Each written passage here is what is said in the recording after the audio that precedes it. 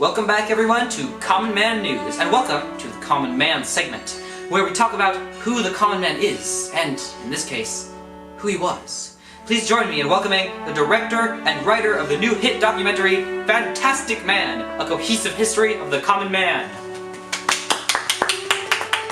Hi, thanks for having me on, Leon. Of course. Now, we were hoping to ask you some questions about the common man and his history, considering we are the channel for all the common men out there. We'd like to ask you about how the environment of the common man has changed over the years. Sure. It first began in the caveman era, when there was no government. Now, hold on. We don't have time for that. We're supposed to limit it to 6 minutes and 44 seconds, please. I suppose you're right. Well, in the interest of time, I will limit it to the 3 most important changes in the environment. And I suppose just in the America, and we'll say it just in the last 100 years. Oh, well, that's perfect. Where should we begin? First, the Great Depression, which lasted from 1929 to 1939, a period of great economic instability. At this point, the common man's environment was fairly bleak, but this was following the 20s era, known as the Roaring Twenties, where the environment was very lush and enriching for the common man. However, this had changed with the stock market crash of 1929, also known as Black Tuesday, where the stock market's prices dropped significantly and left unemployment rates and inflation rates astronomically high. Well then, in that case, the sudden urge to withdraw my money from the stock market and the bank. At the time, the country was led by Herbert Hoover, though it was his first year as president. While he did try to help the economy, ultimately he was unable to truly help. Here we can see the common man in a Hooverville, a slum during the Great Depression, named after the president they saw as doing too little to help. He is forced to eat dried pasta to sustain himself. Boy oh boy. I just hate being in this Hooverville in this most depressing time.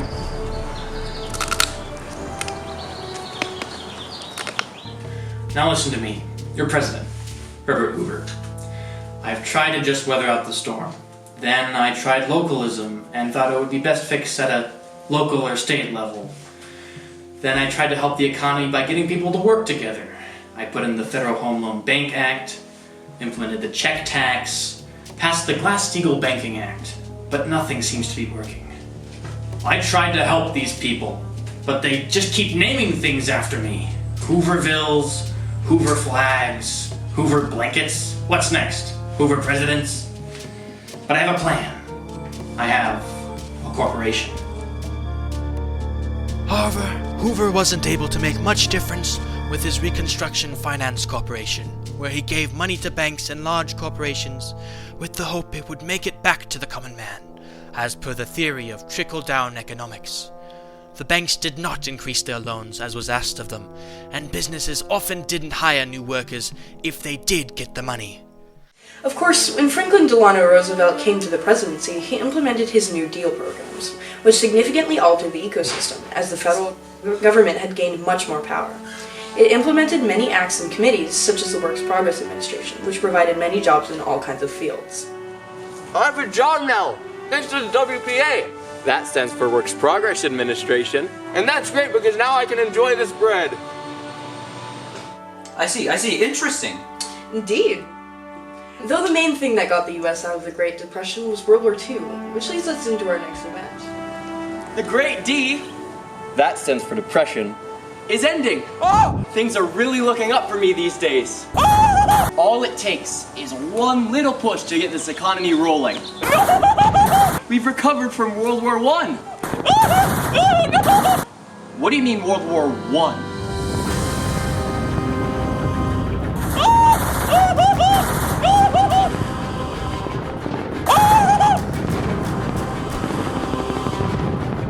Because of the industry that came with war, as people went off to fighting, the US had to make weapons and work in other wartime industries to initially sell to Allied nations and later to use for ourselves. The US came out of isolationism, forming policies like the Lend-Lease Act and the Atlantic Charter that it had been committed to for much of its existence, becoming part of the Allies. And what of the common man during this time? Ah, yes. Well, the US had been involved because of the Japanese attack on Pearl Harbor, which shook America to its core, getting the common man involved. It was because of this that the common man was drafted into the war. Well, here I am in WWII. That stands for World War II. Those dang APs. That stands for Axis powers. They make me so mad. Oh, when I catch them, they'll be sorry. Oh man, I'm cooked. Who's gonna save me now? I know, FDR. That stands for Franklin Delano Roosevelt.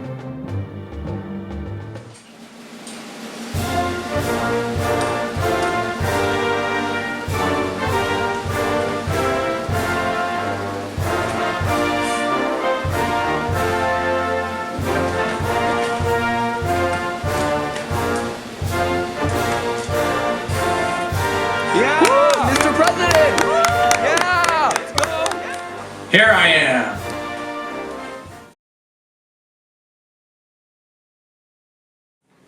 Why am I still president? Hey there, former VP, that means Vice President, Harry S. Truman here.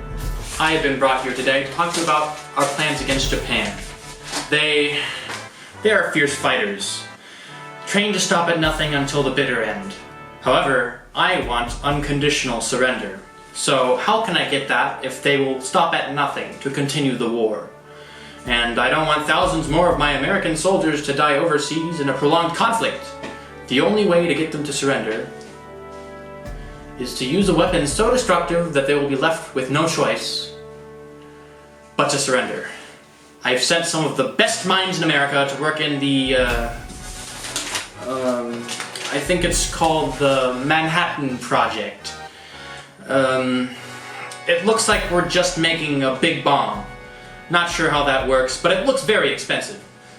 This bomb will probably end the war, but just to make sure, we'll make 2 bombs in case the Japanese don't surrender after the first one. Hey, are you sure these will make them surrender? They're pretty hell-bent on winning this war. That's what the scientists say. Yes, yes. Well, this brings up a few moral questions. You see... Oh, we're out of time for this segment. Sorry, next please? Yes, of course. Following the end of World War II, the United States had become a world superpower alongside the Soviet Union, and began to push foreign policy as one of the main issues the US had to deal with. Suddenly, the common man's environment became much larger. Because of the US's new interest in protecting democracy, they fought in numerous proxy wars, where instead of battling their new rival, the USSR, directly, they supported and fought alongside anti-communist movements against Soviet-supported pro-communist forces. The largest by far was Vietnam. The US believed that if Vietnam fell to communism, bordering nations would fall soon after. Preventing this eventuality was seen as America's duty to the free world and called the domino theory. While there were those who were supportive of the war, dubbed hawks, Yeah! Send those communists packing! there were also those who were very much against it, called doves. The Vietnam War's wrong! They're shipping our children to a war that the people we're protecting don't even want our help. And they're killing innocent people with explosives like napalm and herbicides like Agent Orange. I hate Agent Orange. They namely created an organization called the SDS, that stands for Students for a Democratic Society, which was a very democratic and anti-war student organization.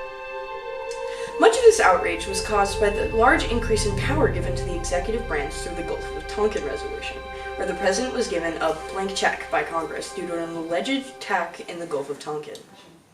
They were the ones who attacked us first.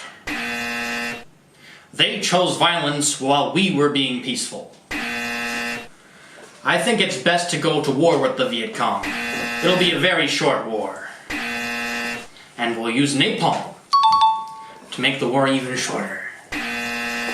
Of course, when the Pentagon Papers came out many years later that Nixon tried to cover up, these lies were revealed to the American public, and later, the War Powers Act was passed to revoke much of that power.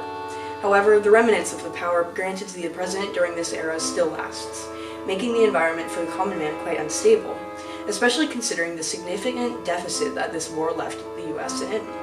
This would affect the US for years to come, mostly within presidential campaigns and focuses. Oh, right. Well, thank you so much, Director. But this is all the time we have for today. We truly appreciate this exclusive look into the common man.